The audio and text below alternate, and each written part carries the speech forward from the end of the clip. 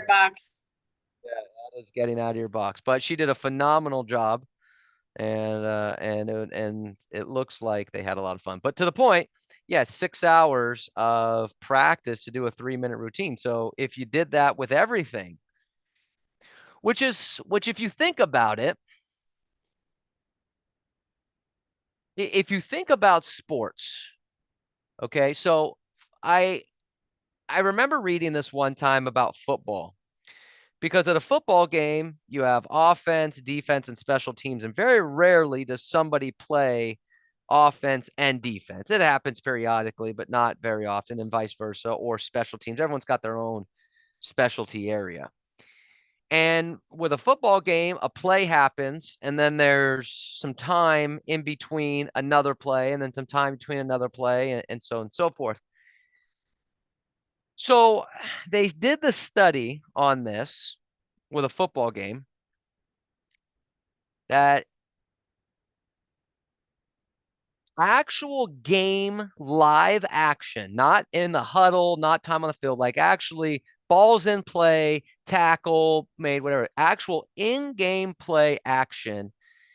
Each player, if you play every play on offense or every play on defense, actually plays about 3 to 4 minutes a game of actual live plays. Okay. The game is total of 60 minutes, but because of the time in between each play and the fact that, again, there's offense, defense, and special teams, a player plays typically about 3 to 4 minutes a game. So now you think about the amount of practice a football player practices roughly about 40 hours a week, 40 to 50 hours a week when you count practice, film study, run throughs, all that other stuff.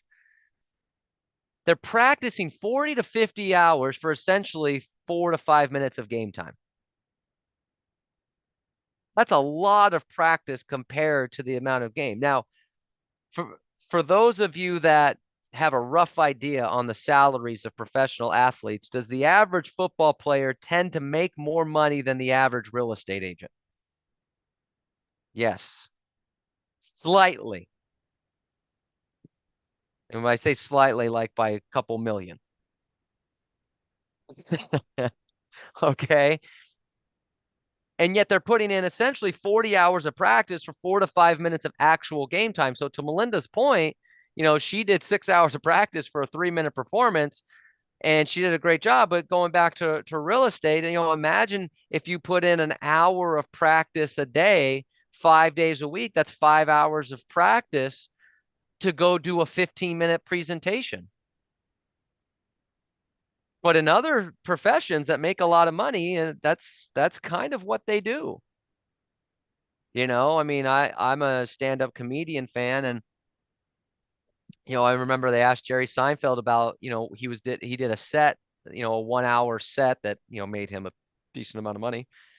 And he said, well, I've done that set probably 100 times. I just only did it live on stage once, but I'd done the set 100 times.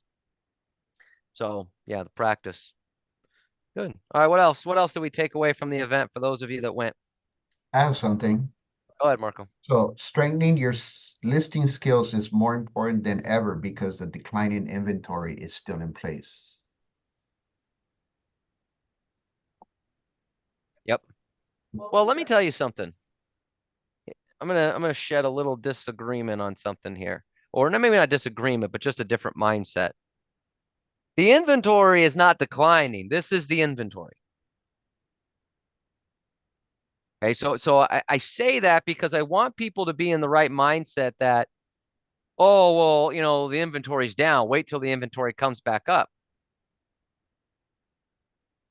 Hmm. I think this is the inventory because what typically is something that can help an inventory problem? What do you need to do to get more inventory on the market? Prospect. No, well, but from a home perspective. Not us to get inventory, but like how do new homes how does a market increase inventory? What's one thing that could instantly increase inventory? Build more homes. Build more homes. Build more homes. Exactly. So in Southern California, how's that going? Almost non-existent. I mean, in some areas, I know there are some new builds out there. It's not like there's no new builds, but compared to, I mean, compared to the amount of buyers in Southern California, so it's not like the new build business is going to just blast off and we're going to solve this inventory problem. Plus, the amount of new builds that would have to happen to have even a dent in the inventory thing compared to the number of people here would be ridiculous. They'd have to build an outrageous number of homes really quickly, which they're not going to do. So you're banking on an increase of inventory then being all of a sudden people just decide to sell their houses. Well, what's going to drive that? Are there a lot of people that own homes that have interest rates at 2 or 3%? Yes. Yeah. Okay. So if I'm going to leave a 2 or 3% interest rate, I need to have a really good reason. So I want to make sure we're clear on that just for anyone that feels like, well, the inventory's down. No, this is the inventory.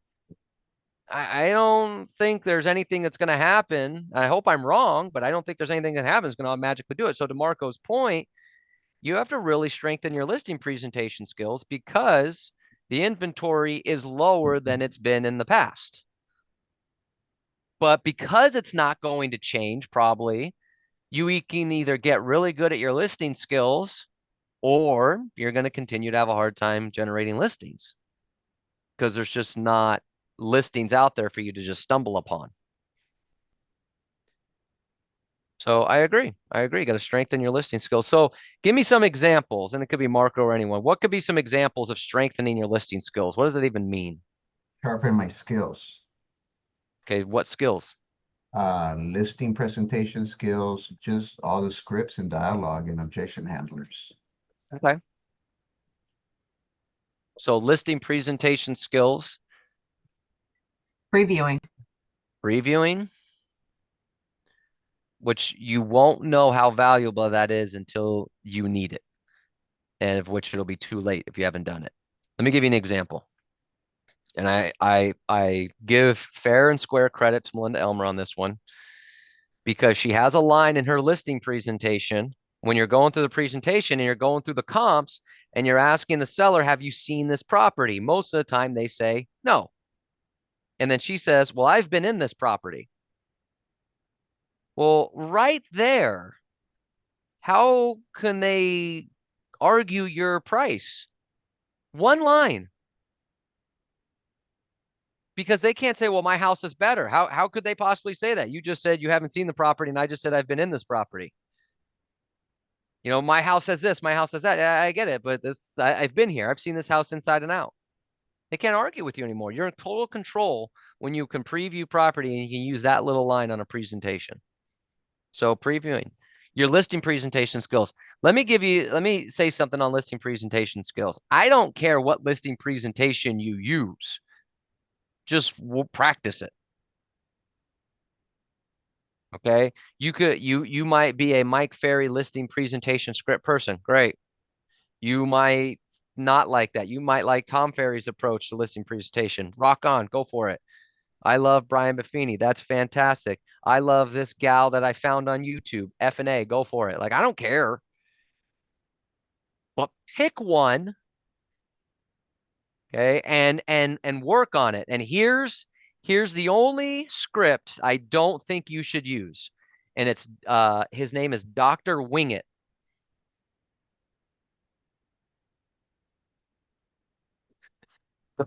Don't use Dr. Wingett script. Okay. That I don't like that one. Any other script is fine, but pick one, learn it. To Marco's point, work on that presentation. What's probably the best thing you could do in terms of getting better at your listing presentation? Record it. There it is. Record it. Camera doesn't lie. Practice your every single week. Make this a homework assignment. Again, I don't care what script you use. This is not a Mike Ferry thing. This is just a real estate agent thing. Find a script that you like, that fits you, that likes you, that's your voice, whatever it is that you want, and at least once a week, minimum, the more the better, but minimum of once a week, role play that script and record it. And then watch it yourself and then send it to myself or Neil or Patty or Jackie or Terry or, well, I nominated Jackie. I don't know if she actually wants to watch these things, but we're going to nominate Jackie anyways. And somebody will watch it and give you some fair feedback. That's how you get better. I love it. I love it. Previewing, role playing your listing presentation. It's great. But yeah, you got to generate more listings. You got to get better at it if you want to have some market share. On top of the fact that we have this little NAR thing that has a little bit of an impact of what's going on as well that might benefit you to generate listings. All right, what else? For those of you that were there, what else did you get out of this? Or for those of you that have already volunteered, you can go again.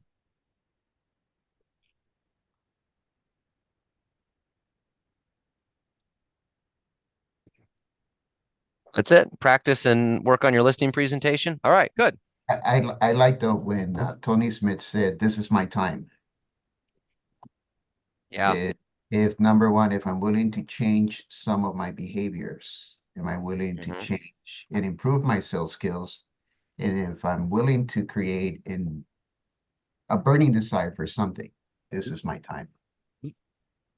So what I would recommend everybody do if you want a positive affirmation is do that every single day is say, this is my time. This is my time. This is my time. But so as Marco said, you got to change some behaviors. You got to change some habits. You know, which could be, you know what, I have to practice more. I have to pick a script or a series of scripts that I like and learn those. I have to go out and talk to more people verbally. I have to change my mindset. You know, just like we just talked about listings. That's a behavior. That's a habit. I have to change my mindset on interest rates, on the economy. You know, I get, this is not me being egotistical, this is just reality, is I get credited a lot of, you know, God, you're always so positive and energetic and, you know, all these things going on, right? In the political sphere and, you know, what about Robert, what do you think about this election and all this other stuff? And, you know, I'm like, I told the guy, because he pulled me aside one of the breaks, I said, I don't care. Well, what do you mean you don't care? I said, well, no president's ever had a impact on my income ever. You know, no president has ever had an impact on my health. No president has ever had an impact of whether or not I was able to get a date. Right? You know, it's not like, you know, when I was younger and Bush was president, I was 300 pounds and poor and couldn't get a girl like that, you know, and then all of a sudden Obama comes around and I got 6-pack abs and I'm filthy rich and I find my wife. Like that. It never, the president has never had any impact on my income, my health, my personal life, nothing along those lines ever. So what's going on in the political world right now still has no impact. Okay. I'm never leaving Los Angeles ever. I don't care who the president is. I don't care what's going on. I will make more money in 2024 than I did in 23, and I'll make more money in 2025 than I did in 2024. I don't care who wins. Okay. So part of this whole thing is that this is our time. If you're willing to change some habits, some behaviors, and some of your habits and behaviors start with all the negativity that you pour into your head with all this craziness going on. It's wild to me. But there's so many agents that won't hear the message I just said that for those of you that do, this is your time. And that was Tony's point. That's what Marco's saying. This is our time. There's a lot of agents that are not going to make it. I mean, there's a lot of agents that already haven't made it, and there's going to be more that won't make it. And for some of you, probably nobody on this call because you're here, but there's a lot of agents in our company that aren't going to make it. It's just a fact. It's not being mean. I would love everybody to make it, but we have to be honest. And we're the #1 Century 21 in the state. And there's agents that aren't going to make it. And imagine if you're with, you know, Century 21, whatever, that's a piece of crap company. You got no chance. Okay. So there's a great opportunity if you can have that mindset that this is my time. What habits do I have to change? What behaviors do I change? But the third thing is, do I have a burning desire to do something? Because as I've said for years, if you don't know what you're going to exchange the money for, you're not going to do the work. Okay, I want everyone to show of hands here. Who, if they had the opportunity today, money wasn't a factor, money wasn't a thing. If you had the opportunity today to go to the beach or call 30 just listed, just sold, who would pick 30 just listed, just sold? It's not going to happen. Liars. I can go from the beach and take the Yeah, condo. I'll call from the beach. There you go. Right. But my point is this. My point is this. We don't do this work because it's enjoyable. Right? We do this work because compared to other ways to generate an income, this is pretty decent. I'd rather cold call than, dig ditches, work in a coal mine or, or whatever else may be. But if you don't have a strong desire to do something, you're not going to get on the phone and get rejected. You're not going to go knock on a stranger's door. You won't even go up to the door because let's be honest, if you don't have a strong desire, you're not walking onto some stranger's property. Hey, do you really need a listing? Not really. I'm not going to walk up to that stranger's door and knock on it.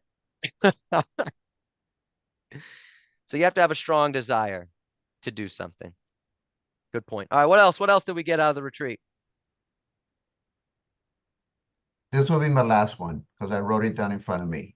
Go ahead. Get comfortable with lots and lots and lots and lots of rejection. Yeah.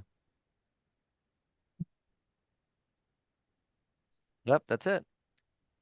I mean, but I want you to understand something for everybody on here. This is really important thought. That goes for no matter what level of production you're trying to achieve.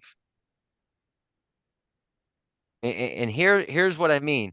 If your goal is to do one deal between now and the end of the year, that's fine. I want you to know whatever your goal is, I support you and I'll be freaking excited whenever you accomplish it if it's one. But you're going to face a decent amount of rejection to get that one deal. You're going to have to face some rejection. You're probably not likely going to find one person that does one deal and you're done. Like you're probably going to have to get rejected in order to get that one deal. But here's the thing, what most people don't understand, the more business you want to do, the more rejection you're going to have to face. So if you want to get 10 deals between now and the end of the year, you're going to have to face a lot of rejection. If you want to get 6 deals or 15 deals, whatever, the more deals you want, the more rejection you're going to face. It's not like, this is one of the things they said on stage. They had a couple agents on stage and they were saying, one of the things that the myths of real estate is that the more production you do, the less rejection you get. You might get less rejection between transactions because your skills have gotten better and it's more database. But I can promise you this, that the people that do the most production get told no way more than the other people. I mean, I was in Walnut this morning and one of the agents asked Jack, Jack's a very good agent for the company, has been for years. And they said, Jack, how many contacts do you make a year? And I think he said 6,500. And they said, how many deals do you do? And he's like, 30. So 6,500 contacts to do 30 transactions. And that's not a shame on Jack. Jack's a great agent. But when you're comparing yourself to somebody like him to say, wow, how does he get to 30? He's getting told no a hell of a lot more than most people. And you look at a lot of the other agents, and one of the guys that was on stage is John Sullivan. John Sullivan's going to do, he said he's going to end up between 90 and 100 deals individual producer this year. But if you look at his numbers, he gets told no probably more than anyone out there. But because he gets told no so much, there's some yeses in there, and he will close 90 to 100 deals. So whatever level of production you want to do, yeah, you're going to have to face rejection, especially now. So for those of you that have been in business for more than 5 years, is it taking more contacts to get a lead? Like twice as many. Twice as so okay, so twice as many contacts to get a lead, and it's taking more leads to get an appointment. Correct. So you're now if you want to do whatever level of production you want to do now, compared to that number 5 years ago, you're gonna have to get rejected twice as much, maybe 3 times as much. But here's what I would say to everybody. What is your alternative? Digging ditches. And right. But that's my point. And I had this conversation with an agent recently of, gosh, it's just taking so much longer and I feel like I'm grinding a lot and things like that. And I said, okay, great. If you left real estate, what are you qualified to go to do and be able to get an executive job right away, not start at the bottom? And this is not a shock because I mean, at this stage in my career, this is year 20 for me. So, it's not like my degree from 20 years ago is really valuable at this point. You know what I mean? It's not like I can leave real estate and go to a mark. You know what? I love marketing. I'm going to go to a marketing company. Oh, what experience do you have? None. You're going to start at the bottom. So it's like, okay, so if, you can either just face the rejection and deal with it, or, you can go see what else is out there. But again, I would rather have somebody tell me no over the phone or at a door than, my dad owns a roofing company, then go roof in 120-degree weather. And all of a sudden, no don't sound too bad. But yeah, you gotta get used to it. Let's see. Miguel says, bonus day on expanding my thinking. You don't know what you want until you know what's available. Yeah, that's a good point. So everyone write this down. Think bigger. You don't know what you want until you know what's available. Well, you don't know what's available until you start thinking bigger. And so let me give you an example. Well, we're gonna go, do a weekend getaway down in San Diego. And we always stay down by the Mission Valley, and there's a Hampton right there, and it's nice. It works out great. Okay, great. Well, have you ever just for fun check the price of the Ritz-Carlton down in La Jolla and see what comes with that? What does that hotel offer? No, not really. I just always figure it's too expensive. Well, you got to know what else is available. So the next time you're planning a weekend getaway, just take a look at those higher end hotels and what does it come with? Maybe there's something exciting. Well, we're gonna do we're gonna go buy a new car, and we've always bought, what we've had, I don't know. We've had Chevys forever. So we always just go to the Chevy dealership, turn it in, and get a new one. And there's nothing wrong with Chevys, but are you curious why people spend so much money for a Mercedes? Go test drive a Mercedes. Go see what it's like. You might look at it and be like, I'm not really a car guy, so the car analogy doesn't really work with me particularly because I don't really care. But some people's different. Go to different restaurants. Why do people spend $100 for Mastros? I don't know. Go find out. Like you don't know what you want until you know what's available. But you have to start thinking bigger and look at different opportunities. Okay.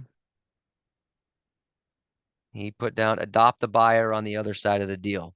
That's good advice. I don't spend a lot of time on that because most people don't like that, but it's good advice. Productive schedule plus consistent prospecting equals success. So write this word down. Consistent. Everything you do. Whatever level of production you're at, if you want to go to the next level, whatever that is, consistency is going to be a part of it. You're at 0 deals, you want to get to 5, you have to create some consistent actions to get to 5.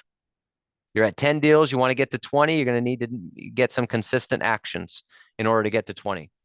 You can't increase your level of production if you're just all over the place. There has to be some consistent action. So as Miguel put, productive schedule plus consistent prospecting. Sure. For some of you, it'll be consistent prospecting. Maybe some of you have the consistent prospecting and it's consistent practice. It's consistent previewing. It's consistent affirmations to get your mind in the right spot. You know, because for some of you, you prospect every day, but you don't get any deals. Well, what's your mindset like when you begin your prospecting? Oh, here comes another day. You're like Eeyore from Winnie the Pooh. Another day of prospecting. Inventory short, interest rates are high, nobody's buying in my marketplace, but I'll make my 25 contacts anyways.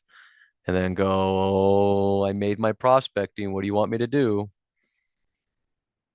So some of you need consistent mindset work. But if all else fails, just talk to more people and consistent prospecting. So what's the first thing you need to do in order to get consistent with something? Build the habit. Okay, how do you do that? What do you need to do Figure to out make you're gonna do what you want to accomplish and start building on that every day. So if you want to start exercising, you start with 5 minutes a day, then 10 minutes a day, then and work up to it. There you go. So for those of you that don't prospect every day, start with 5 phone calls. I don't even care if anybody answers. Start with 5 calls. Call 5 people. I don't even care what you say. Ring, ring, ring, ring, ring. Ring. Hello? Click. Oh, that was close. Almost had to say something there. But you're getting the habit of at least dialing the phone. Okay, next call. I've gotten that. Now I know how to dial. Ring, ring, ring, ring, ring. Okay. Ring, ring. Hello. Hey, this is Robert Century 21. You're not thinking about selling, are you? Nope. Okay, good. All right. So now I got some words out. Yeah, we're building on this. You all think I'm crazy and you think I'm playing, but sometimes that's what it takes. Sometimes that's what it takes. Sometimes you want to work out, start just by putting your workout shoes on. All right, just got the shoes in. All right, I'm just gonna walk around the house to break in my shoes a little bit. Let's start with that. You know what I mean? But here's the other thing. Put it in a schedule. If you want to build a consistent habit, it needs to be in a schedule. You want to prospect every day, it better be in your schedule. You want to practice every day, it better be in your schedule. You want to work out every day, it better be in your schedule. Because if it's not in your schedule, what's the ending to that line? It's not gonna get done. Doesn't exist. Doesn't It doesn't exist, exist. not going to get done. We'll take all the above. I have walk my dogs in my schedule. It's in there. I mean, I'm well aware I have to walk my dogs. But it's in the schedule. I love it. I love it. I love it. I love it. All right, good stuff. Start at 0 every day. Yeah, that's a tough one. That's a tough one. But if you want to increase your productivity, you got to start at 0 every day. Good or bad, by the way. Because some people think start at 0 just means like, oh, you don't want me to enjoy my success. So I just got a listing appointment and then tomorrow I have to pretend I don't have one. No. Go get another one. Just don't dance around the office for 3 days. Okay. I want you to be excited. You should be excited for all your wins, but go get another one. But it works both ways because if you have the worst day today was an awful day and I had 18 listings and they all canceled and I had 12 escrows and they all fell out, you know, and it's perfectly sunny outside except for some reason it rained on me. I don't know. Like you just had the worst day ever. Tomorrow, you can't dwell on that. You have to start at 0 and go, hey, tomorrow, starting at 0, let's go. Good or bad. All right, what else? What else did we get out of it?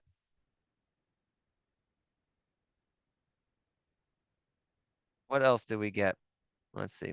Miguel put here point number 40. One of the things we have to remember is if we know and understand the market conditions and market stats, your database will generally have a strong interest in hearing from you and sharing this information with them. Market stats, rates, legislation, values, investment opportunities. So that's a great point. If your database is never answering your phone, you might want to think about the messages and conversations you're having with them when they do. Because if they're never answering the phone, they're either A, they're just the type of person that doesn't answer the phone unless they need something, which is a lot of people, but they might just be also the type of people where they don't really feel you're providing any value. So why am I going to listen to the phone call? You know, every time you answer the phone, hey, do you know anyone who's looking to buy or sell real estate? It's like, that's it. That's all you called me for every 2 months just to ask me that. But provides market stats. I mean, everybody wants to know what's going on in their market, even if they're not interested in buying or selling. Actually, there was a great line I wrote down there that said, the line was, hey, Mr. or Mrs. Smith, it's Robert, Century 21. How you doing? Hey, I have some really interesting information that affect the value of your home. Do you have a minute? Like, who's gonna go, well, no, I don't care about the value of my home. Well, yeah, I want to know the value. Well, what do you mean it's going to affect the value of my home? Because they're thinking negatively. But the script could go, well, due to the lower inventory and still the number of buyers we have in the marketplace, the average home in your market has seen an increase in property value of about 8% since this time last year. Isn't that great? Oh, yeah, that is great. So with that type of increase, have you thought about potentially cashing out and moving on to something else? But that's such a good line of, I have some really interesting information that affect the value of your home, that affects the value of your home. Legislation. This stuff with NAR, it's all over the news. It's all over the media. It's all this stuff about it. I don't know why you would try to avoid it. I would rather be the agent that addresses it head on so I come across as an authority figure, someone that knows what's going on, as opposed to letting them go to Agent Google. Talk about the legislation, or even if there's local legislation that's going on and people want to know about it, investment opportunities, things like that. But this goes back to the point of this is our time. You can't talk about this legislation or anything if you don't know anything about it, if you haven't, kept up on what this all means.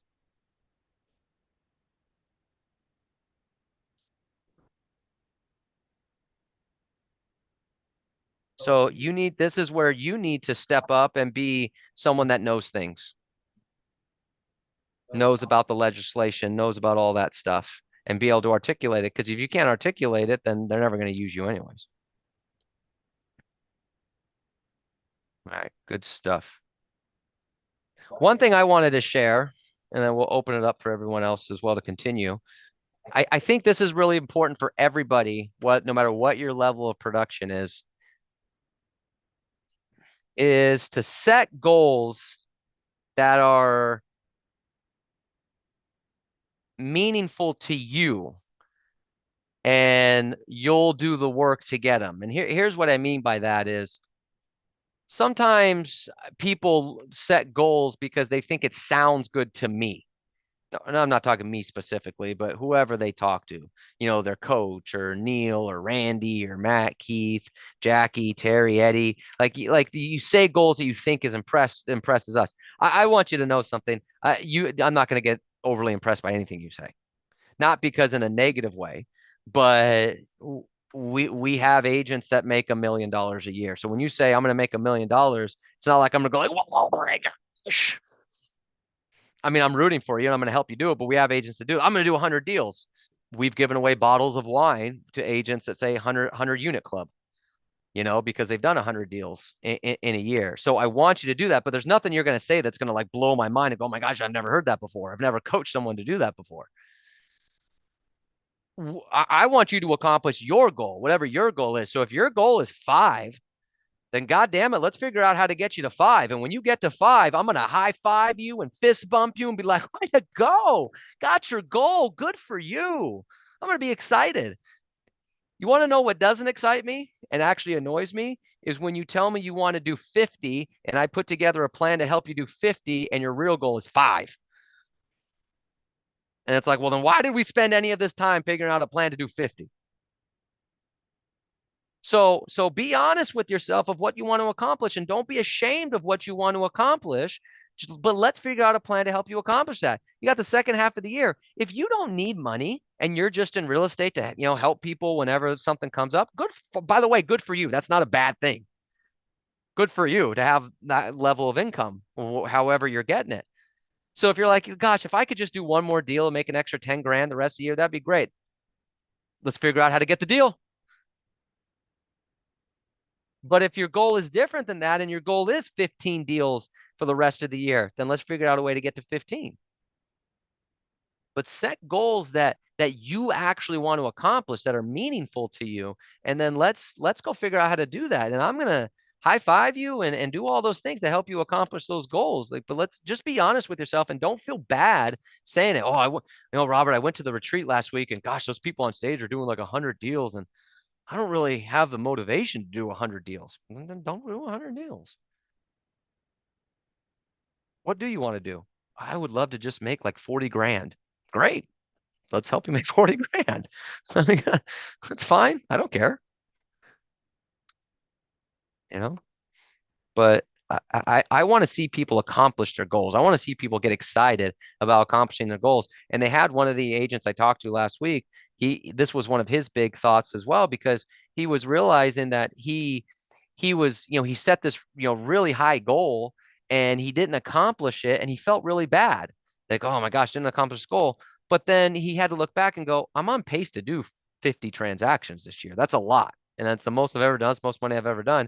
But here I am beating myself up because my goal was 80. It's like, set goals that you really want to accomplish. All right, last minute things anyone else got out of the retreat as a takeaway?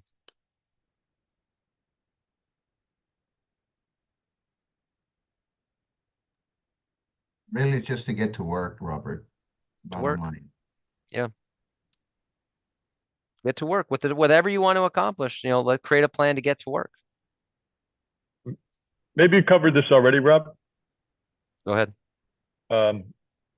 Mike was talking about personality styles. He said, if you take nothing else away from this event, if you study personality styles and really study them and learn them, he said you'll win. Yeah, well, you will. You will.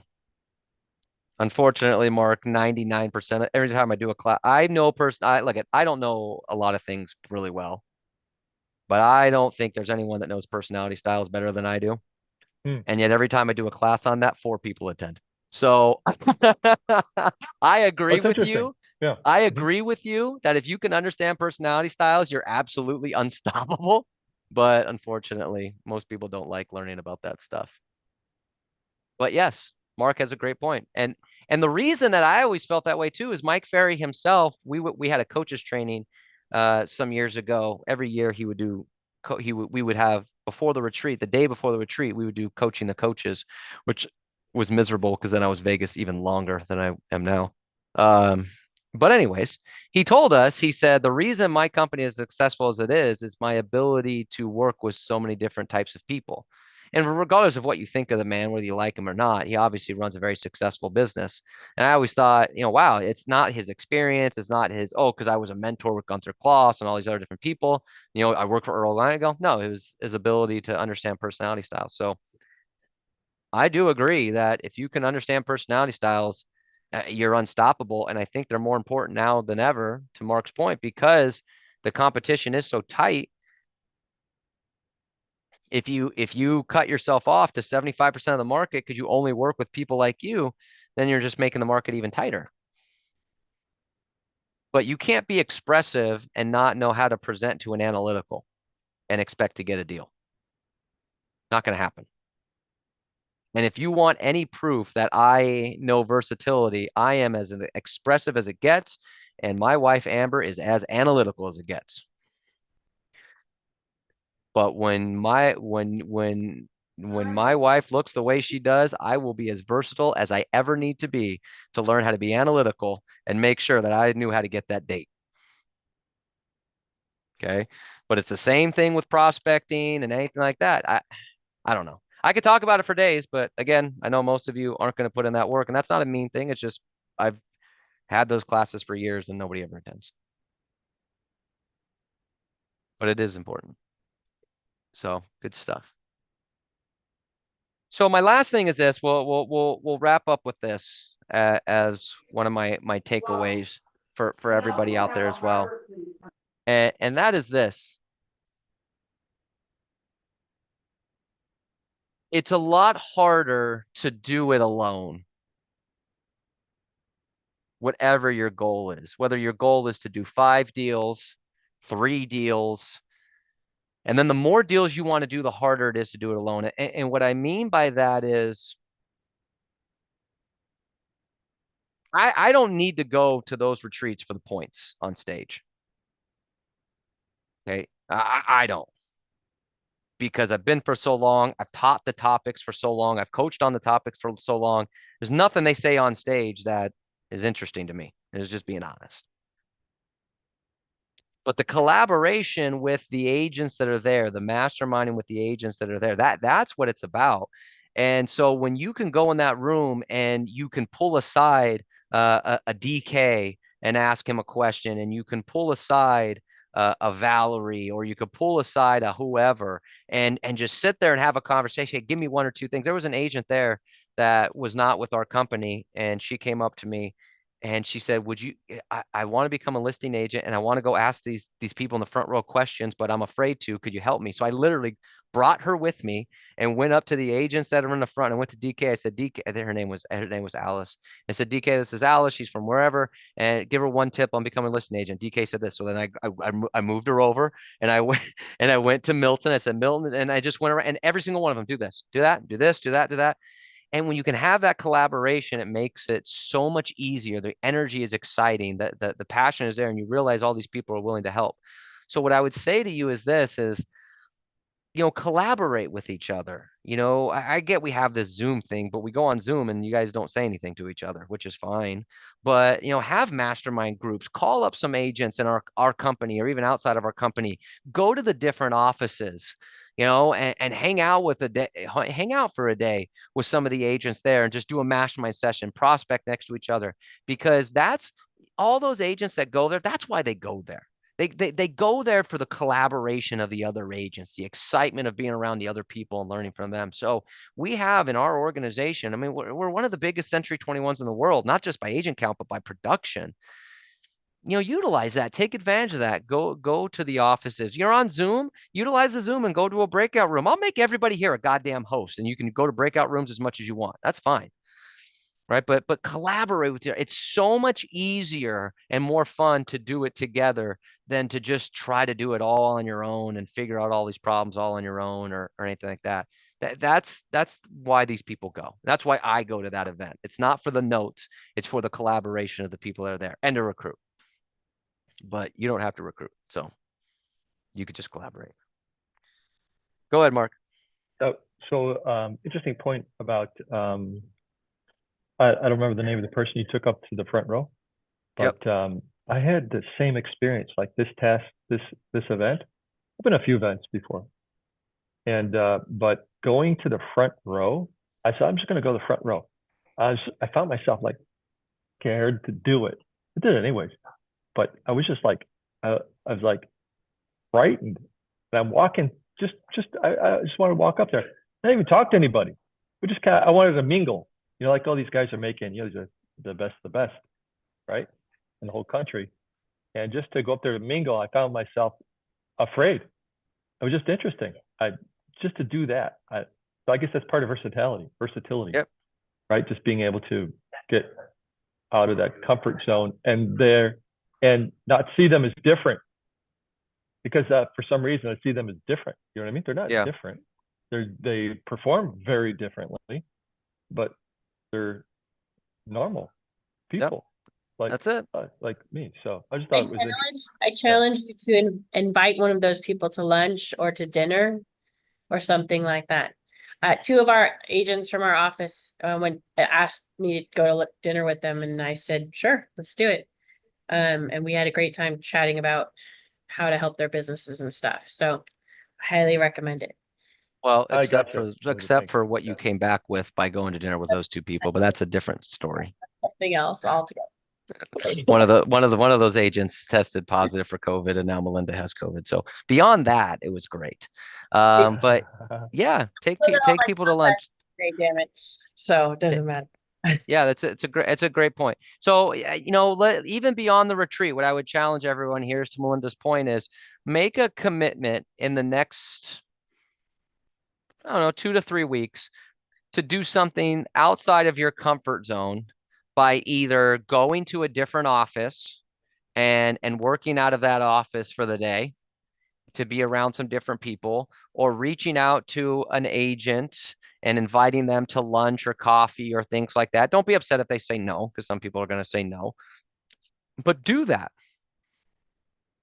You just, I would recommend everybody do that and take that opportunity, because that's just how you get better. It's really hard to do this on your own.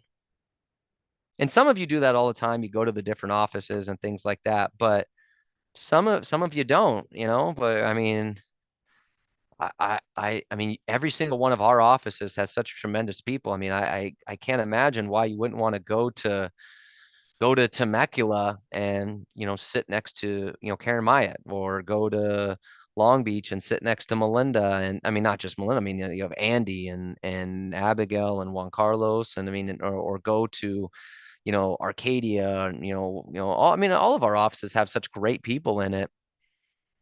I don't know why you wouldn't just try to go do something else and challenge yourself. Or again, take someone to coffee, take someone to lunch. No cocktails until after 4. Okay. Then you can take them out for a drink. All right, good stuff. All right, everybody, good stuff. A lot of positive things. I think Thursday we're doing a part 2 of this, where I have some notes and stuff that I'll share more about. You can get some more information on that, but take 2 or 3 points. Whether you went to the retreat, take 2 or 3 points and work on it. If you didn't go to the retreat, find 2 or 3 points that somebody mentioned and implement those, and we're off and running. All right, everyone, good stuff. Keep up the good work. And we have another class at 3:30 today. Contract law relating to real estate transactions. So there you go. All right, good stuff. Keep up the good work.